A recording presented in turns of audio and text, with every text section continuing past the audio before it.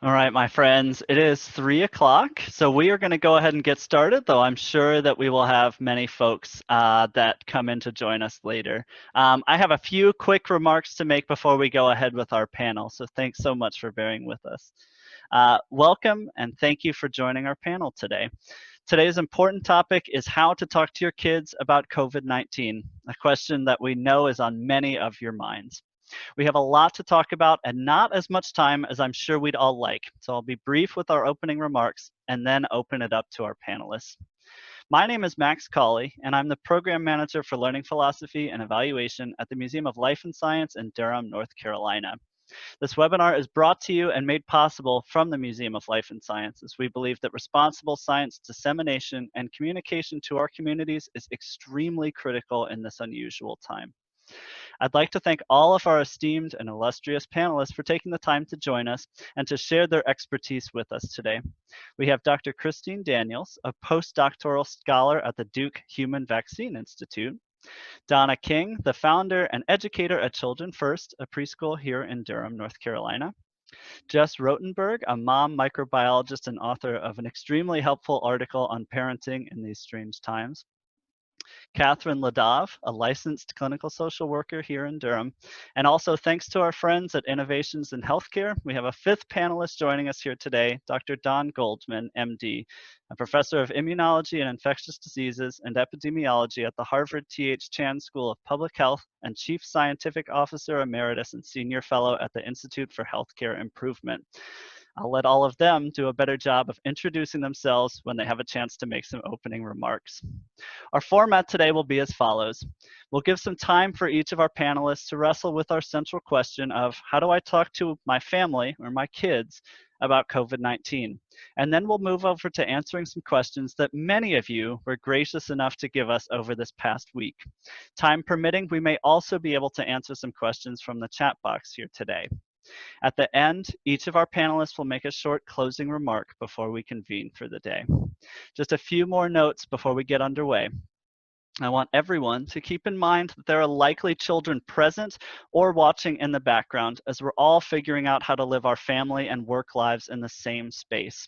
To that end, we're maintaining a pretty strict code of behavioral conduct for this panel, and Zoom's functionality allows us to mute or even remove people from the webinar if they're acting in a way that is inappropriate or inconsiderate for people watching at home with their children around. We don't want to, and frankly, we don't anticipate having to use that functionality. But this is a reminder that now is a time for compassion, consideration, and kindness to one another as we navigate these trying times together. We have, however, muted participants and will keep them muted and taken away screen share capability as well as a precaution. It is okay to disagree with one another, and we know that there are likely questions that you have that may not be answerable, even for our illustrious panel, or currently by the scientific community at large. If you have more questions regarding you or your family's health, we ask that you consult with a medical health professional. If you have further questions that aren't answers, later in this panel, I'll drop some links into the chat box to the Federation of American Scientists Ask a Scientist tool, and also the CDC's page about COVID-19, both of which are useful tools right now. Finally, we ask for and appreciate your patience and understanding as we are all learning as well about COVID-19, about parenting, about hosting webinars online. And to that end, and without further ado, I'll go ahead and introduce our first panelist for their opening remarks, Dr. Christine Daniels. Christine, let me go ahead and share your screen for you, my friend.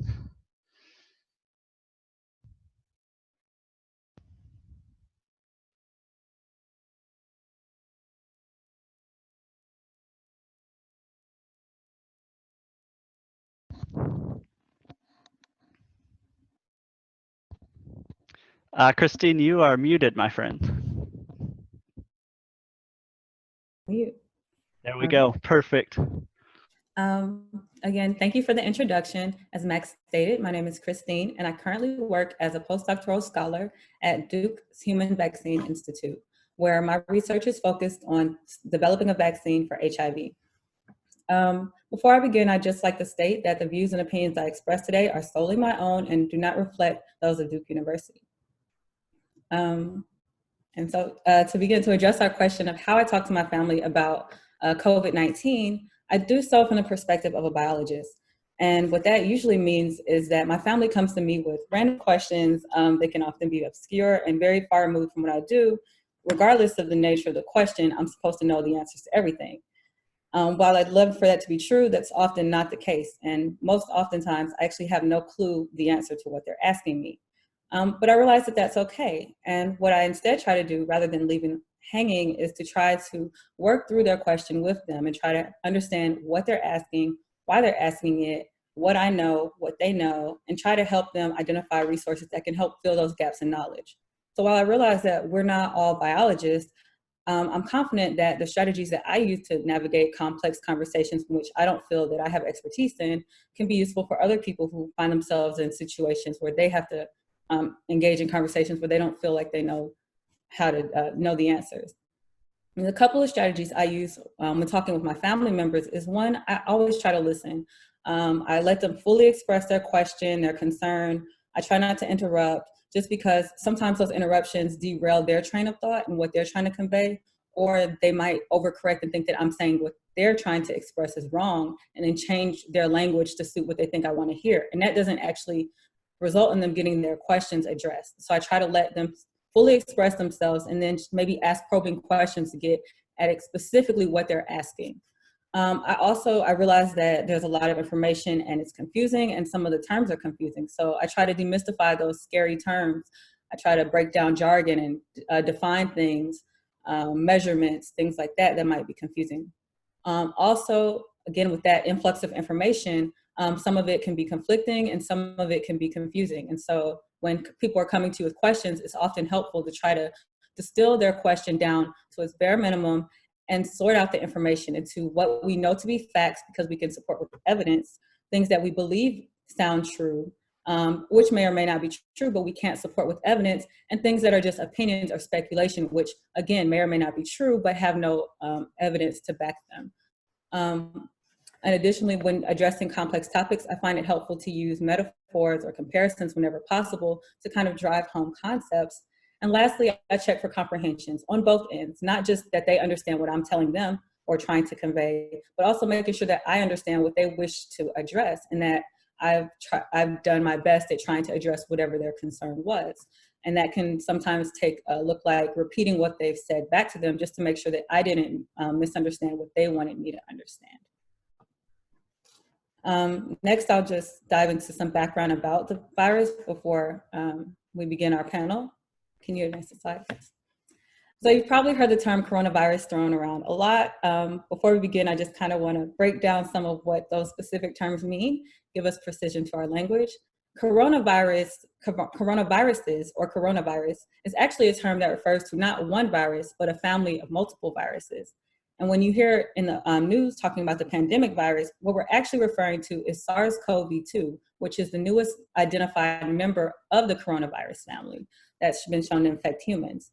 And when you hear COVID-19, what they're referring to is the disease that is caused by the virus SARS-CoV-2. So you can think of it kind of like HIV and AIDS. HIV is the virus, but the disease it causes is AIDS. SARS-CoV-2 is the virus, and the disease it causes is COVID-19. What this virus looks like is it's a very small spherical particle that's decorated with these proteins, these spike proteins, all over its surface. And it's these proteins that are where it gets its name from, because they kind of look like a crown, and corona means crown. Also, these spike proteins are what enable the virus to infect our cells. Next slide. So you've probably heard a lot about how the virus is spread through expelling droplets, through sneezing, coughing, touching surfaces. To kind of dive into a little bit more of how that results in infection on a molecular level, when you sneeze and expel those droplets, within those droplets can be hundreds or millions of copies of viruses that are covered with those spike proteins I mentioned before. And those spike proteins are kind of like a key that bind to receptors or proteins on our cells that serve kind of like a lock. So when those two proteins bind, it opens up the cell and allows the virus to enter, and that's how you end up getting infected. Oh, sorry, next slide, please. Once inside our cells, the virus is able to deliver its genetic information, which serves as like a recipe or instructions that tell our cells to stop doing what they normally do and instead become virus producing factories that make hundreds to millions of copies of the virus until the cell can no longer contain them, and they actually end up bursting open and releasing hundreds of millions of new viruses that then go on to infect nearby cells. And so that's how the disease progresses in the body. Next slide. What we're doing as scientists to try to stop the spread or the impact of that's caused by SARS-CoV-2 is to try to develop drugs that can stop the multiplication of the virus or prevent entry of the virus into our cells, and from one particular context of doing that is to develop vaccines. And vaccines work because they train your body to recognize the virus and learn to destroy it before you ever encounter the virus. So it's a preventative method that, in the best case scenario, will prevent you from getting sick at all. And it's able to do this because we know how the immune system works, in the sense that when you are infected, your body generates antibodies that are able to bind those virus or whatever species is causing is foreign, and those antibodies bind and prevent the virus from binding to your cells. So if you naturally become infected with the virus, your body will develop antibodies eventually, but that can take weeks. And in the case of a severe disease or virus such as SARS-CoV-2, that time may be too long to actually help. So what we want to do with vaccines is to encourage your body to produce those antibodies before you see the virus. So if you encounter the virus, that you're able to immediately mount a response that can either decrease the severity of the virus if you do get sick, or prevent you from getting sick altogether. Next slide, please. And what that looks like is those antibodies that are shaped like Ys, the top portion is able to bind those spike proteins. So you can imagine if the virus is bound to those to those antibodies, is not able to bind to the receptors of your cell and infect them. And so in that way, the antibodies elicited by vaccination are able to prevent you from being infected. So that was on the scientist side, how we're trying to help decrease the impact of SARS-CoV-2. What you can do, and I'm sure you're probably tired of hearing this, but is to wash your hands. I can't stress how important it is. It's not just from a cleanliness standpoint, but it's actually one of the most powerful tools we have right now, given that we don't have a vaccine or any proven treatments for the disease. Next slide, please. And soap works because the molecules in soap, which are shown here, they kind of look like balloons. So they have this round head and these squiggly tails. And those tails are actually able to penetrate the viral surface and wedge in between them and break the virus apart, kind of like a crowbar. And those little pieces then are in suspension, and the soap molecules are able to form aggregates that trap those little pieces into compartments that are then washed away with the water. So not only are you cleaning your hands, but you're actually destroying the virus. So you're preventing it from infecting you or other people or attaching the surfaces and all of that. So it's a really, really powerful tool. Just soap and water, very easy, at least 20 seconds. So I encourage everyone to please heed that advice. With that, the next speaker can go. Christine, thanks so much. I love the way that you were able to break down very complex science into a language that many folks, and including children and their parents, are able to understand and effectively communicate. So thanks again. Our next panelist is Donna King. Hey everybody. I'm just momentarily enthralled with the power of soap. As a preschool teacher, I have to say, it has a whole new, I'm picturing it with a cape now. It's amazing. So yeah, my name's Donna King, and I'm a preschool teacher in Durham at a little school called Children First. And 3 weeks ago, the preschool where I teach closed for an early spring break. And like so many teachers, we spent that week translating our key routines and teaching practices into a whole new kind of daily curriculum.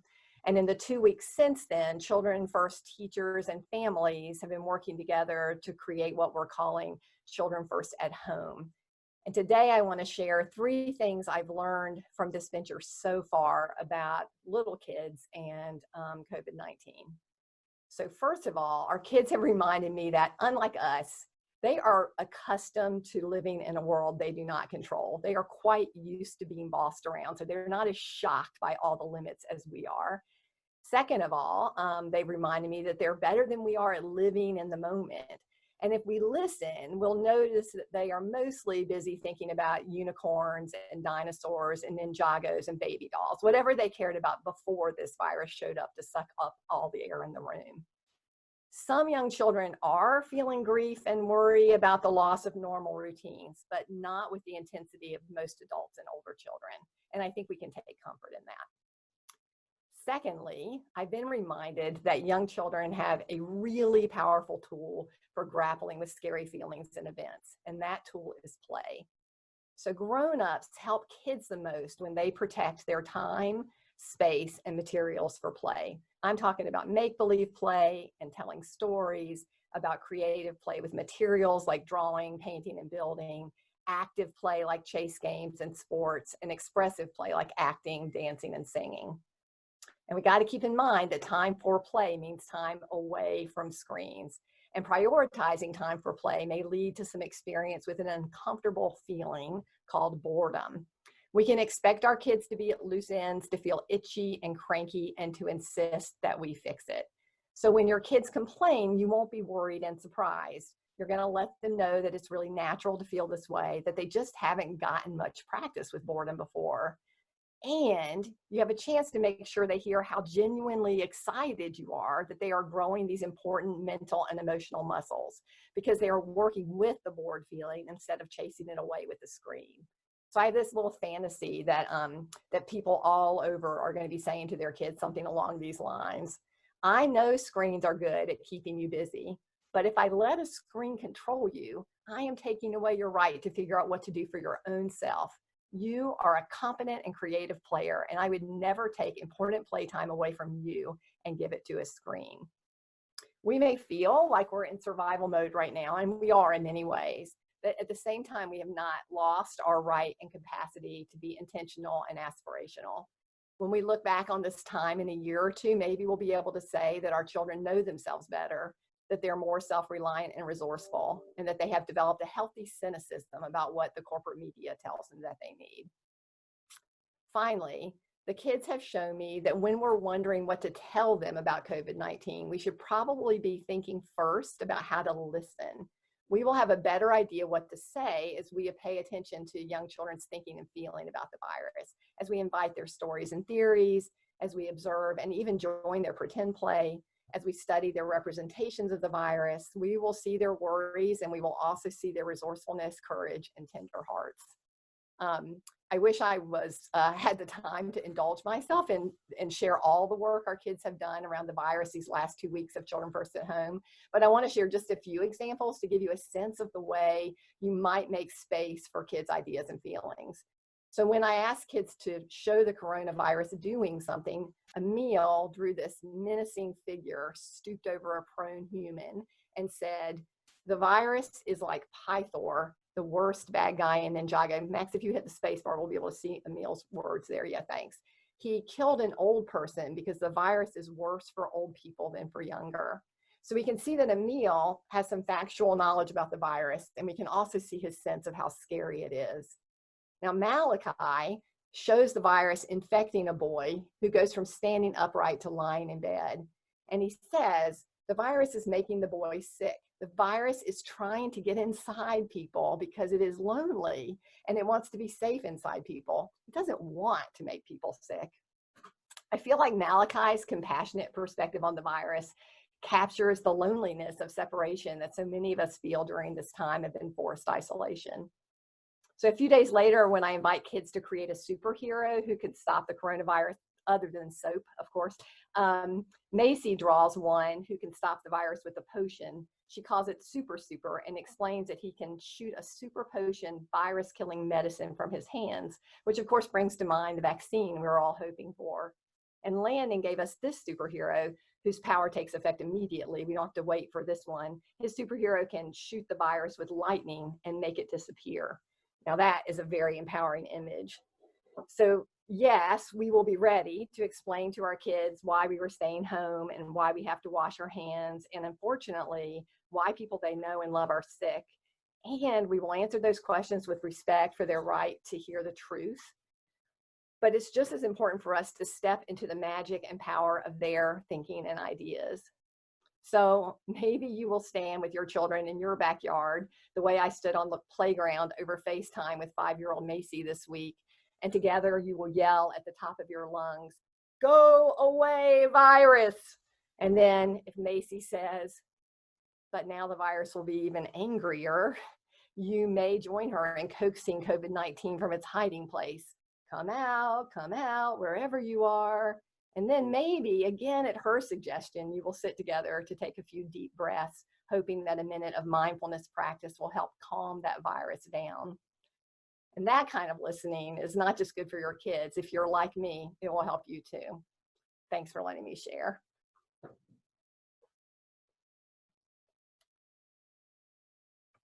Donna, thanks so much. That's really, really awesome and really nice to hear. Our next panelist is Jess Rotenberg. Jess, you ready? I am. I don't have any slides for you guys today. I'd rather do the good old-fashioned notes here in front of me. So I've got 3 things I just wanted to cover. The first was an analogy that I have seen online that was really helpful for my own kids who are age 6 and 7.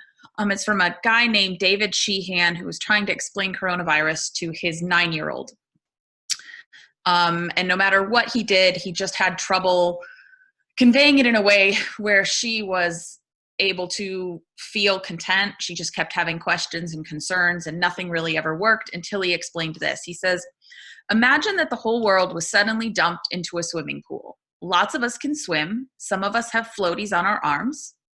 Evidence does suggest that children are more resilient than most to this particular disease. But there are some people who can't swim well and need to be saved. The big challenge is that there aren't enough lifeguards to save everyone, and there are too many people in the pool. So it's hard to see who needs help. I told her that the best thing we can do is to get out of the pool. Just go to our towels and sit down and have a popsicle and reapply our sunscreen. And she looked at me strangely and said, that makes more sense than anything else you've said tonight. And the reason I liked this is it's serious, but it also isn't especially scary. He continues to say, you know, there are people hoarding life preservers and loudly trying to scream at others, and there's all sorts of other chaos happening, but just that analogy alone really helped. So I wanted to share that in case it was helpful for any of you. Second, I've got a 6-year-old and a 7-year-old right now, and we're adjusting to having school at home in addition to trying to work at home and all of the things that you're doing at home as well. And there were 2 things that I've noticed that have been especially helpful in our house. The first is that we have established a routine, but it's been a new routine. And it's one that I have made sure to include them in choosing when we do things and how we do things. A few important points is flexibility is really important. Even though it's a routine, it doesn't have to be everything happening at the same time, even just in order. And flexibility when people are having a hard day or you just know that they need something different. And including them in planning that gives them an element of control. So give them as many choices as you possibly can about everything in their life right now. I let my kids have whatever haircut they wanted the other day, and they came up with something completely ridiculous. And I really think it helped them. That's one example. And with your routine, put some new things in your routine that you wouldn't have already done before. For us, that's been eating dinner outside. We have snuggle time at different points of the day, which is something we didn't do multiple times a day, but they really need that physical touch in a way that I haven't noticed before. They need more of it. And the other thing I've noticed that has helped is whenever they walk into the room, I often feel like I'm being interrupted or frustrated. And I've worked really hard to just, when I see them, smile every single time as much as I can, because I think that communicating to them that I want to be around them even during times where that's hard can be powerful. And the last thing, kind of related to the first, is we've been talking a lot about a team mentality. And for me, I think that is we're all being asked to do a thing that feels very unnatural and hard. I'm being asked that as an adult, and they're being asked of the exact same thing, but as children, without the emotional and other skills to kind of understand what's happening. So I know I'm having trouble with simple things like figuring out how to get groceries. I misplaced a pen the other day, and it eventually caused me to cry. They are feeling the same way. And I've been trying to model what that's like for me. So I said to them, I'm so out of sorts because everything is so different right now, that I can't find this pen, and that's why I'm crying. Like, nobody did anything wrong. I'm just frustrated, and they kind of look at me curiously, and they'll give me a hug, and reassuring them, that I don't know the answers. I don't know what things are going to look like, that we're a team and that we'll figure it out. I'm separated, soon to be divorced from their father, and we're trying to work together as a family as much as we can and kind of consider ourselves a team. And I've noticed that has really helped them as well, kind of trust that we'll get through this. Well, I've got, Max. Thank you. Jess, thanks so much. Again, really, really useful stuff. Our next panelist is Dr. Don Goldman. Don, go for it, my friend.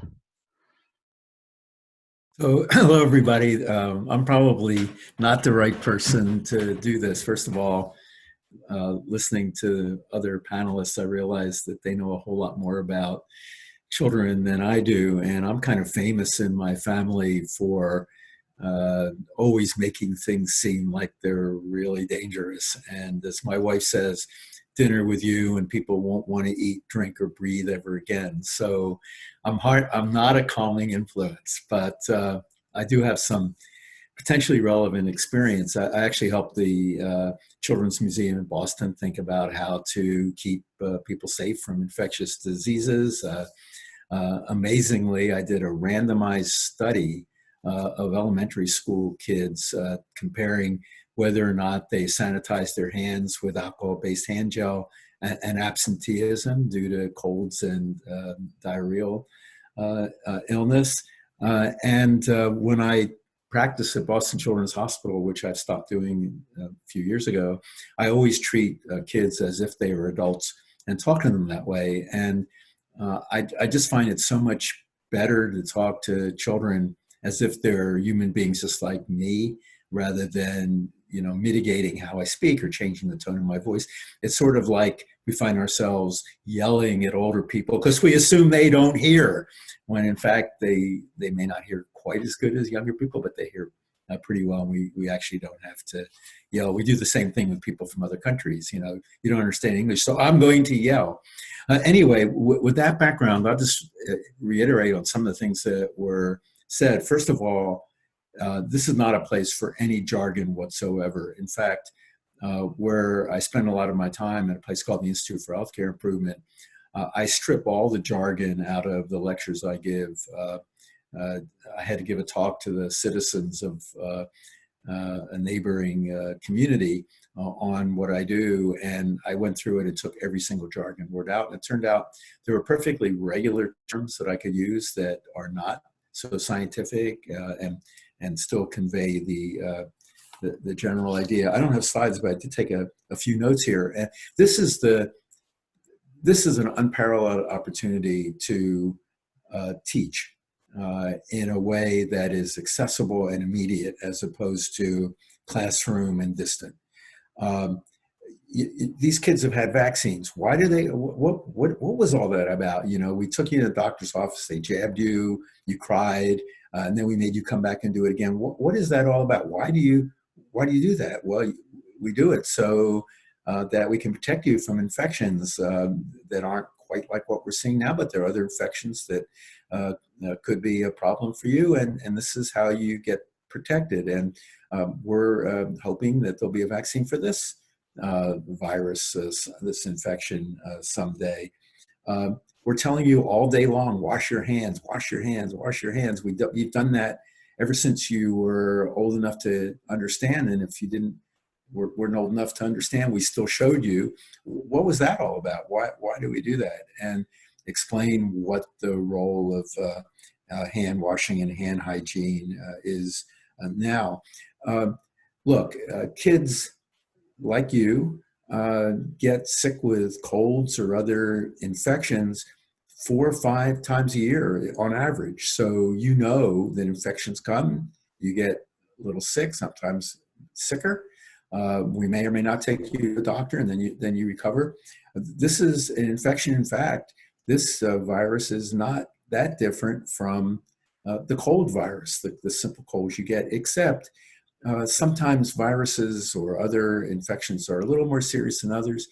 This one is a little more serious, and so we're taking it a little more serious than you get a cold.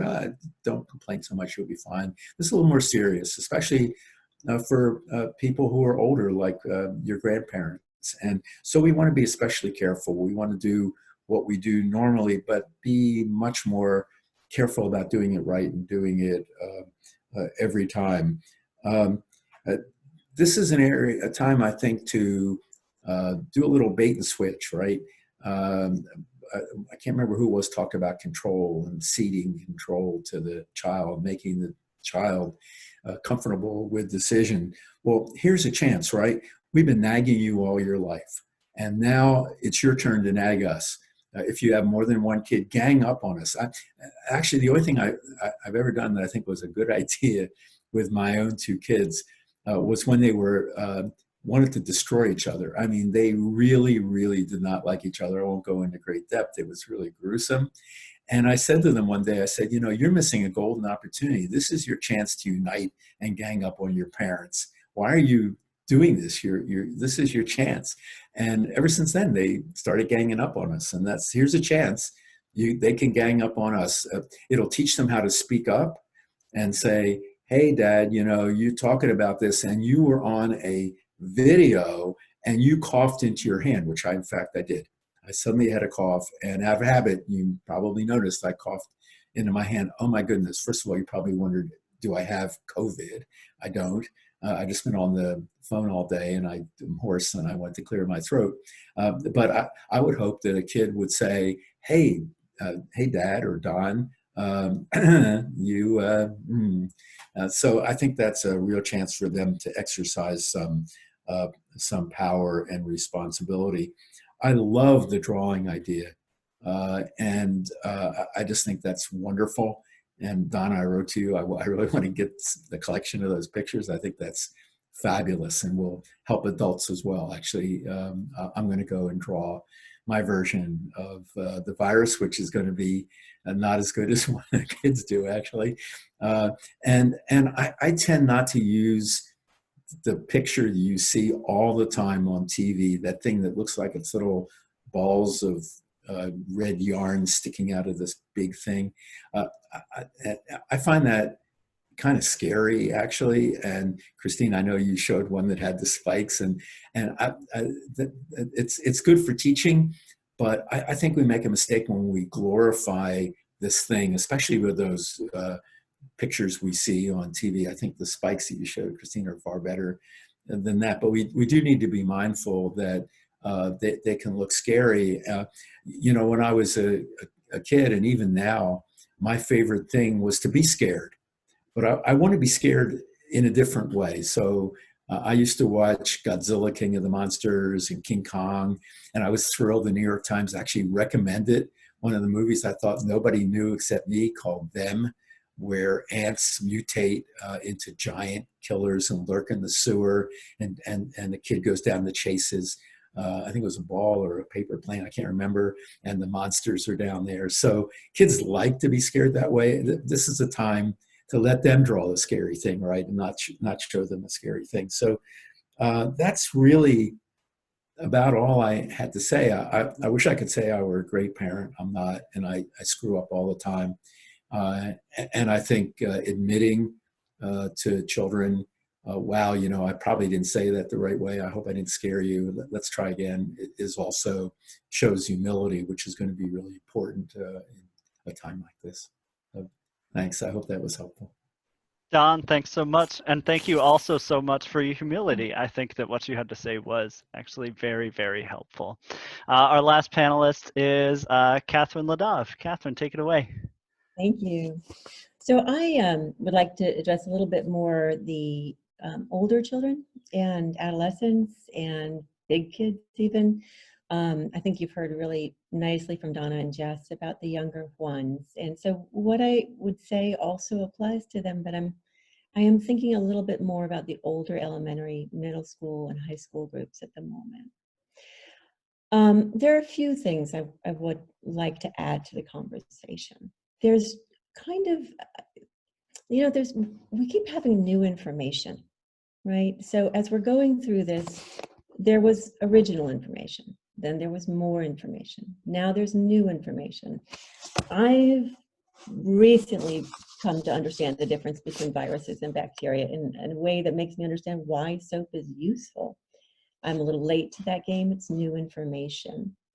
And as we are kind of in this process of sharing information with children, it's really okay to be learning as you go.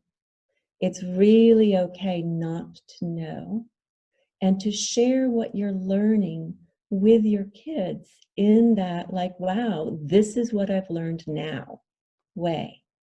You don't have to be an expert.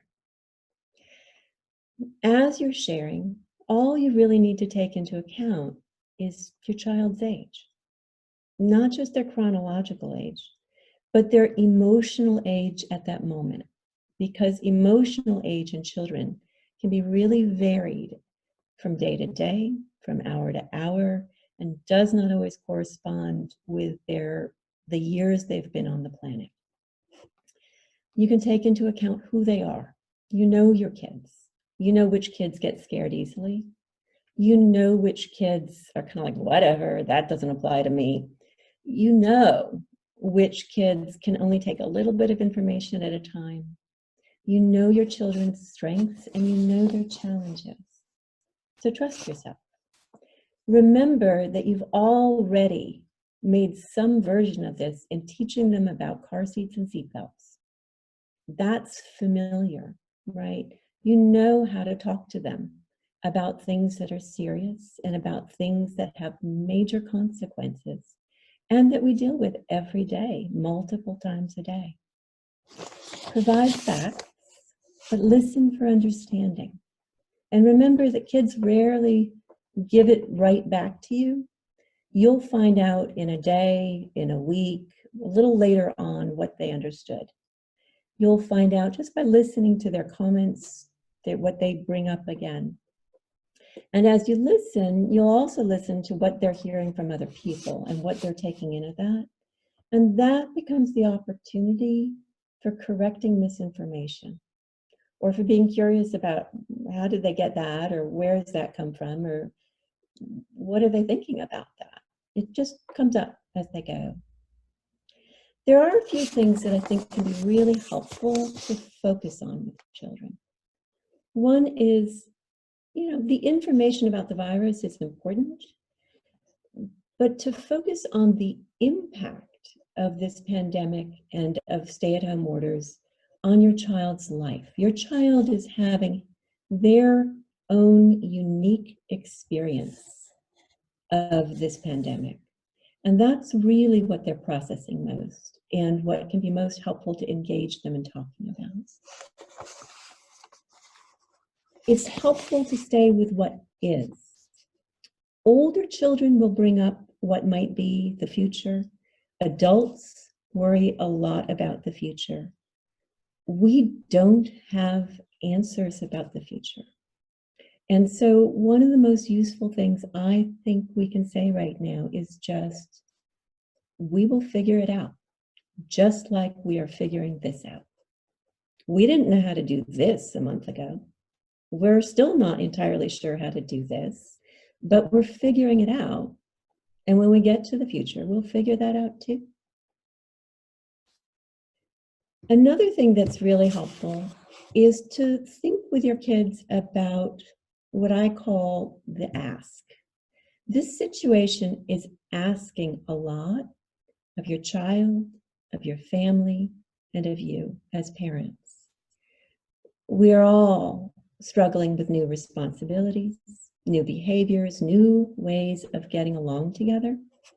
And to do some thinking about with your child, each individually and collectively, about what's being asked of us in this situation. It is okay that this situation is asking us all to grow. It's a huge growth challenge. And we have an opportunity to develop new skills and new abilities and new ways of getting along together that may turn out to be totally beneficial the rest of our lives. So we can invite that opportunity. You know, this is a group of children who have less experience of boredom than my generation did. You know, we used to look forward to school starting up because summers were boring. And so as Donna was saying, it's like boredom is an okay thing to learn. It's an okay experience. All of this is okay to learn and grow from. And then I think finally what I'd say is listen for and acknowledge feelings that kids are having about changes, about losses, about separations, and about disruptions. Just listen. There is no answer. There is no right thing to say that's going to make your child feel all better. But what you can say in your own way, with your own words, is something along this line. What you're feeling makes sense to me. Some things are hard right now. We will figure this out together, and I am here to help you. Because you are. It's the most important thing children have, whether they're 2 or 20, is they have parents to help. Catherine, thanks so much. Now that everybody has made some initial remarks, and some of y'all who submitted questions over the past week may have noticed that some of your questions were addressed by our panelists in their remarks, we're gonna change a little bit over and try to address some groups of questions that folks posed. So panelists, I do have a couple of questions that I would love for y'all to try to address. If you feel like speaking up, maybe just raise your hand, and then if we need to get more formal from there, we'll figure that out. We're gonna do this for about 15 minutes, and then our panel will probably spend a small amount of time making some closing remarks as well. We got a really interesting group of questions surrounding uncertainty. Something along the lines of, how do we communicate uncertainty to our kids? Some of this is uncertainty regarding to uncertainty for myself. So how do I communicate that I don't know something, and won't that potentially undermine my kids' trust in me or their confidence in me? But there was another group of questions that is adjacent to that about scientific uncertainty, questions that perhaps no one knows the answers to yet. So the broad question that I'll ask our panel to consider here is a question of uncertainty. How do we communicate perhaps both of those different types? Anybody want to go first?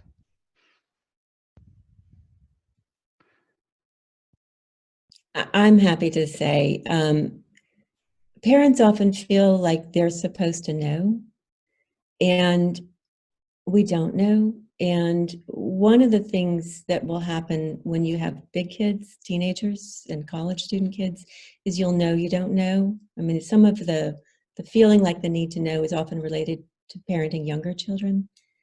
You end up losing that in the long run anyway. So it's a great time just to lose it now.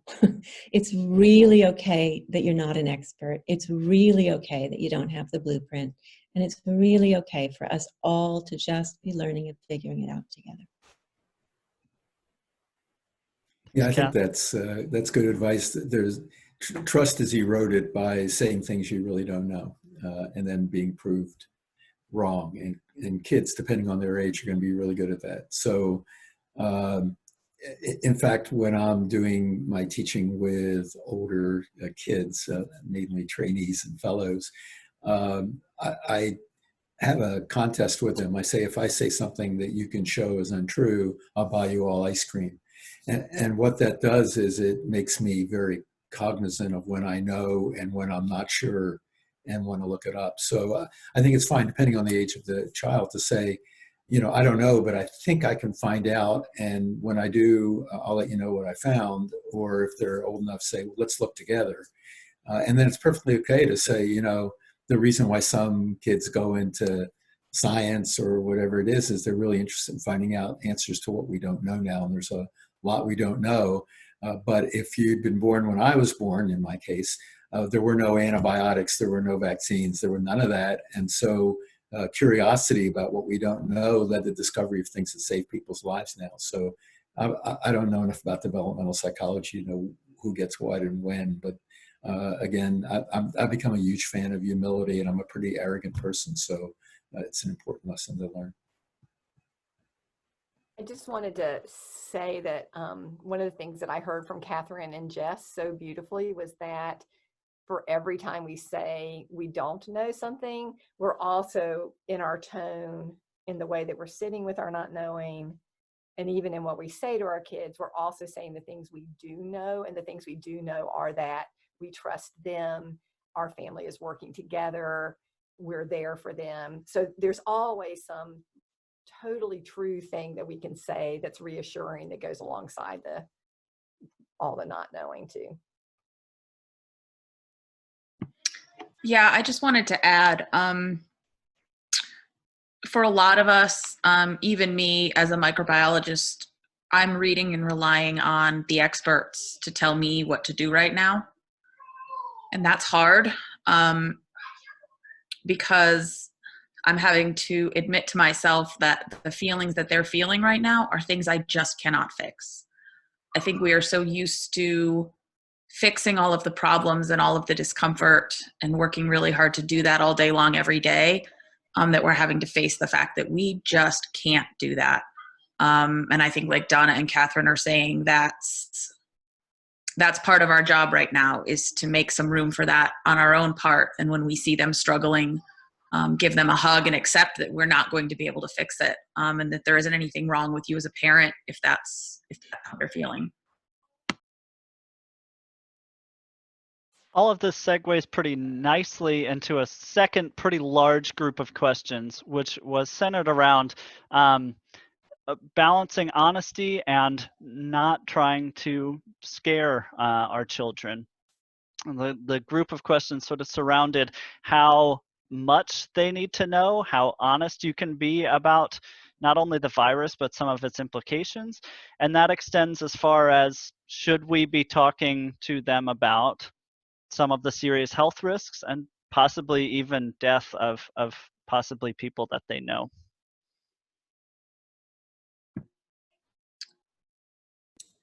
I'll take a stab at it. I think honesty is important in conversations, regardless of age. I think taking into consideration the age and how you approach it is important, but I don't think that you should not have a conversation with I think you should be honest and give as much information as is necessary to address whatever fear that they have. So you may not need to go into talking about the most extreme circumstances to answer their question. If they're asking about, can I get sick from the virus, you don't necessarily have to delve into a conversation about kidney failure to talk about, you've been sick before, you've had a cold before, you've had the sniffles before. There's lots of things we do to avoid getting sick on a day-to-day basis from lots of other things. This isn't quite that different.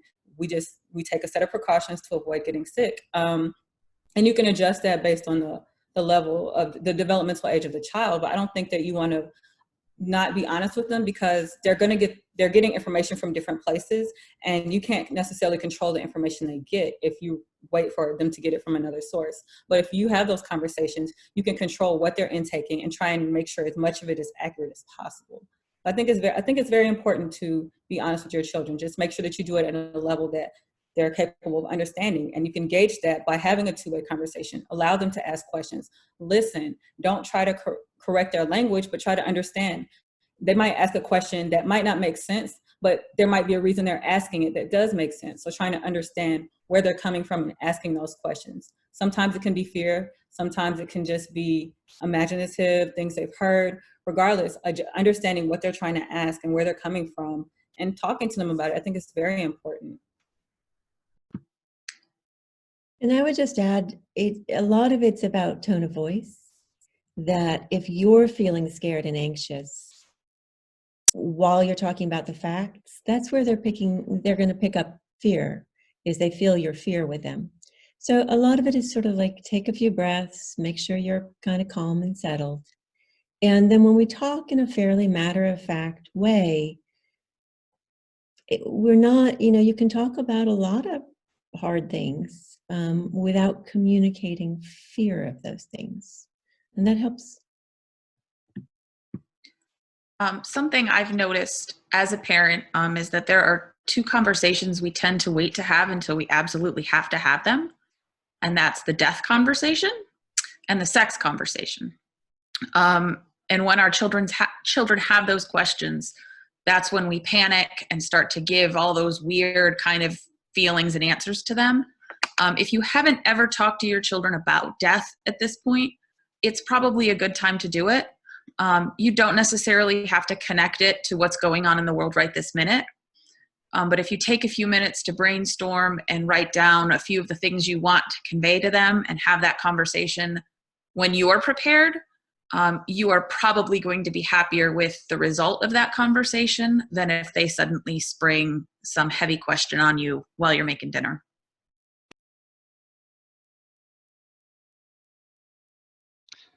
And I guess, I was just going to say to Jess that I think being ready so that when they do spring it on you when you're making dinner, may even be the best sort of place to meet in the middle on there, so that they're really coming to you with the question.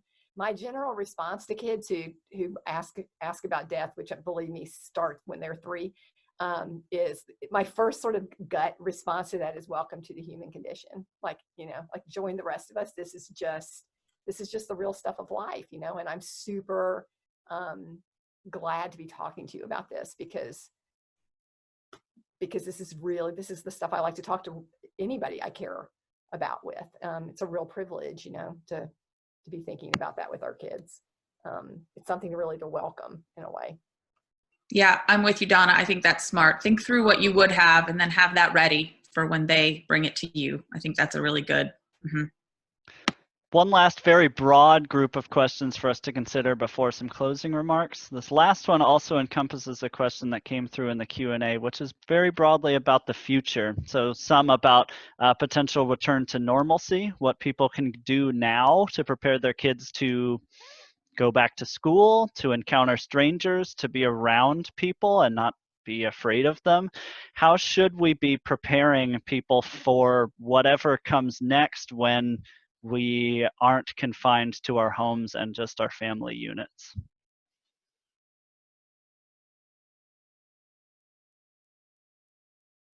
I think this is one of those I don't know moments to think about. No one knows. The one thing I do know is that we are exhibiting behaviors that will probably change how we behave for the long term. And it might be interesting if that question comes up to say, so what have we done differently? What have we learned during this that you think would be good to keep doing? And, for example, respecting private space is really important, right? We try and teach that around harassment and things like that, which is harder to do in a lot of ways because people get defensive or whatever. But this is really about, I have my space, you have your space. It doesn't mean we can't be close, but we should be mindful. So I don't know what other things there are I haven't thought of. It's a really good question. I'm sure we'll do more virtual things. I've been on Zoom all day yesterday. I'm teaching a course that has 3 students in Vietnam and Thailand. They're getting on the thing at midnight. And I'm learning how to be more effective at communicating virtually. And kids they're spending a lot of time. How do you communicate more effectively using virtual means? How do you get your messaging to be something that people want to hear and that people believe? So there'll be things that are permanent. I just don't know yet what they are. I think my best advice for this is to keep in mind the concept of empathy. We've gone from world version 1 to world version 2 in a matter of a month. And there will be some new version of normal that is coming in the future. But everybody's going to get on board with that in a different timeline, in a different way. And I've noticed a lot online, there's a lot of judgmental language right now. You know, if there are neighbors outside playing with each other, you know, it would be easy to go, oh, they're so stupid, they're not following directions, you know, whatever. There's some truth to that, but there's also, we have to recognize everybody's doing the best job that they can, and moderating that language that you're using in front of your children is going to help them as they navigate the new normal, and what, you know, when they go to school and everything is different, having that grace and understanding for other people is a great thing to model right now, because it'll make it easier for them later.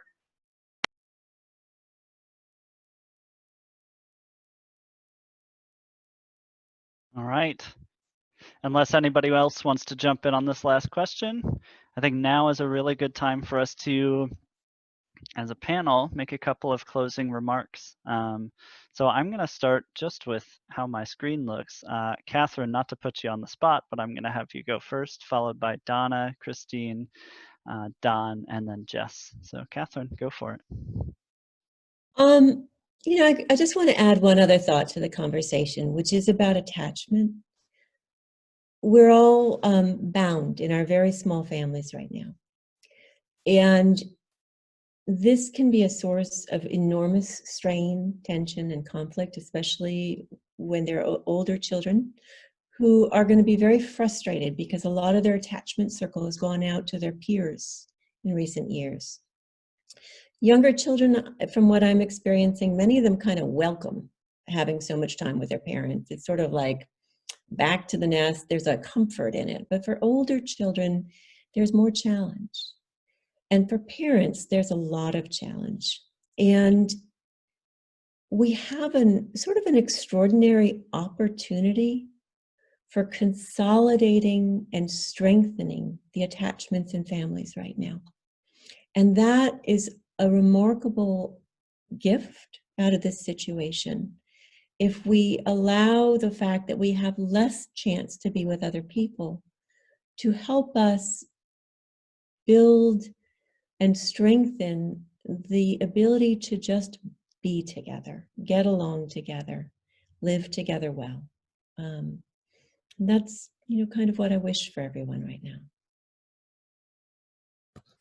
I'm going to just piggyback right on Catherine's aspirational thoughts, because that's kind of where I am too, that the last thing I would want to say is that I want us to remember that we have a right to think of ourselves as intentional and aspirational beings in this time that's so focused on survival and adjustment, and that to think of this as a time to really cement our children's confidence in us as askable and totally imperfect but trustworthy, to cement their confidence in themselves as resourceful and creative and capable of self-direction, and for many kids for the first time really as public citizens, as heroic hand washers, right? And as like people who are keeping safe distances as a way of helping other people.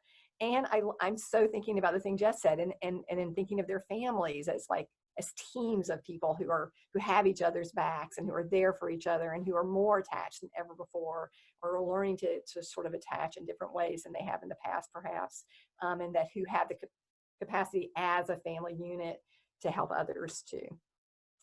Thanks. I really enjoyed being here today. Christine, you ready? I agree completely with what was said before, especially Donna touched on a couple of things that I was going to emphasize. I think, and as scary as the time is, I think one thing that I reflected on a lot is how interconnected we all are as a society, like every individual, no matter what your role is, from the person that's a physician to the person that's, the grocery store cashier, like every person in this society is so essential to helping it run effectively. So if anything, I hope that through this, we learn to value each individual, whether that be social contact or just how important they are in helping us have, to live our lives, our everyday lives. Another thing I would try to err away from is adopting this fear mentality, I would try to emphasize the advocacy we have as individuals in protecting ourselves in this situation. We're not completely helpless.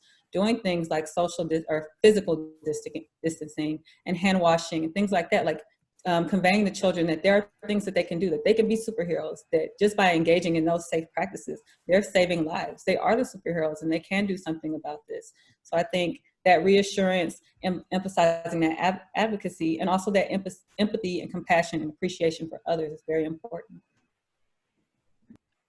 Thanks, Christine. Don, you're up next. Yeah, so if you started watching me because you want to see if I would cough into my hand again, you'll see that I'm constantly looking over to my right. And it's a reminder that being at home has blessings and helps you see things that you normally don't have a chance to see. And I've been just watching the purple finches, the yellow finches, the cardinal, the blue jay, woodpecker. I now know that the male has a red spot on its head and the female does not have a red spot on its head. And it's just like a constant symphony over here of startling color on a very gray, stormy, northeaster type of day. So I think that's something that we all need to remember and try and share with our families.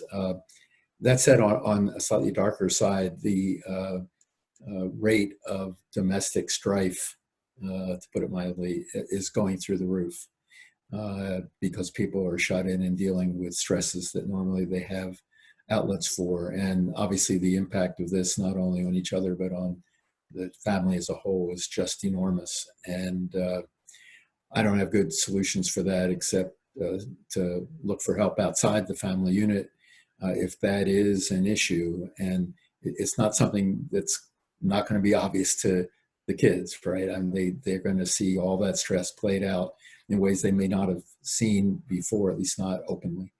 So that's just a caution. I think we're going to see more of when this keeps going on and on. There are some families that are going to become stronger and really powerful family units, whereas before they never really had that. And then there'll be others that are torn apart because it's a crisis and they're in the same house for a very long time. So I don't know. I don't have any advice for that, but just something I'm worried about.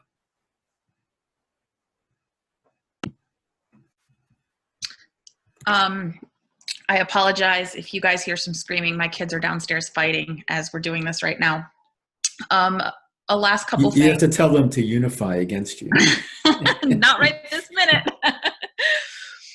I guess think the first thing, trust yourself. You know your kids, you know your family, you know what they need. You know that if they don't need schoolwork right this minute and they need something else, that's okay. Trust yourself that you are capable of doing right by them. And the second part to that is you are going to do a terrible job with that at the same time. And you've got to give yourself as much grace as you can. And sometimes that's going to look like advocating for what you need. For example, my kids know that when I wake up in the morning, I do not come downstairs immediately. Mama needs a minute or whatever we call it. And that's a thing that I ask of them that allows me to be a better parent. And I have been having to ask a little more of them lately in that regard. But as a result, it's been helpful for me to recognize I can't do it all. And it allows me to give myself to them when I am ready. And I think that here's a little anecdote that hopefully will give you guys some encouragement. Do you hear the kids down there?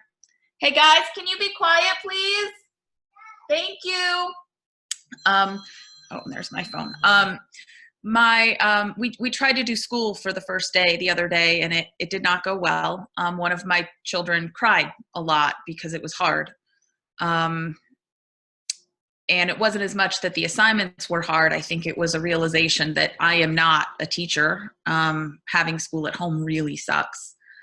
And later that night we talked about it, and I said, that didn't go well, did it? And he goes, no, that did not go well. And we brainstormed some ideas that we could do to fix it and do better. I organized some papers and got some markers and crayons together and put them in a box, and I called it a school box. I called them over today and I said, hey kids, look at what I did. Isn't this great? And the one who'd cried looked at it and said, Mom, it's not great. And I was just, he goes, it's perfect.